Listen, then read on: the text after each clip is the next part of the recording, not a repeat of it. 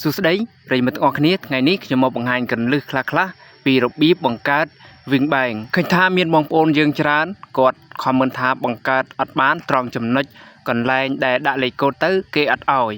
ថ្ងៃនេះខ្ញុំសូមមកនិយាយខ្លះៗពីរបៀបដាក់លេខកូដដូចជាឆ្នាំ2000ឧទាហរណ៍ឆ្នាំ1999អីជាដើមឬក៏ថ្ងៃខែឆ្នាំកំណើតយើងអីជាដើមឬក៏លេខការ៉េ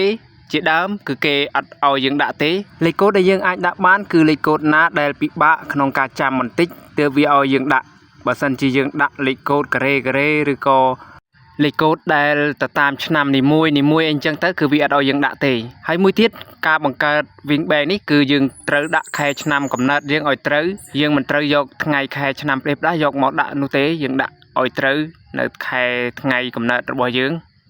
ឥឡូវចាំមើលខ្ញុំដាក់លេខកូដ4ខ្ទង់តើនៅពេលដែលខ្ញុំដាក់លេខកូដ4ខ្ទង់ទៅតើវាឲ្យដែរឬទេឥឡូវខ្ញុំដាក់បាទកន្លែងលេខកូដហ្នឹងខ្ញុំសូមបាំងហើយគឺ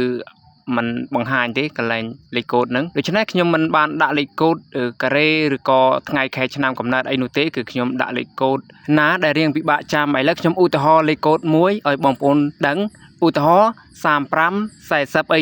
ជាដើមគឺយើងអាចដាក់បានហើយគឺលេខរបៀបហ្នឹងគឺមិនមែនជាលេខគូអីនោះទេឬក៏44អីចឹងទៅ35 44អីចឹងទៅគឺយើងអាចដាក់បានហើយដូច្នេះខ្ញុំសង្ឃឹមថាវីដេអូមួយនេះនឹងអាចជួយអ្នករាល់គ្នាក្នុងការបង្កើត Wing Bang បានហើយវីដេអូនេះក៏មានតែប៉ុណ្ណឹងដែរទេមិនមានអីច្រើនទេហើយវីដេអូនេះមិនបានចេញមកបង្រៀនបងប្អូនពីរបៀបបង្កើតទេគ្រាន់តែបង្ហាញគន្លឹះខ្លះៗតែប៉ុណ្ណោះមានចម្ងល់ត្រង់កន្លែងណាបងប្អូនអាច comment នៅខាងក្រោមវីដេអូរបស់ខ្ញុំបានខ្ញុំនឹងឆ្លើយនៅរាល់សំណួរដែលបងប្អូនសួរមកខ្ញុំហើយកុំភ្លេចជួយចុច like និង subscribe ដើម្បីទទួលបានវីដេអូថ្មីៗជាបន្តទៀតនៅពេលក្រោយទៀតអរគុណនិងសូមជម្រាបលា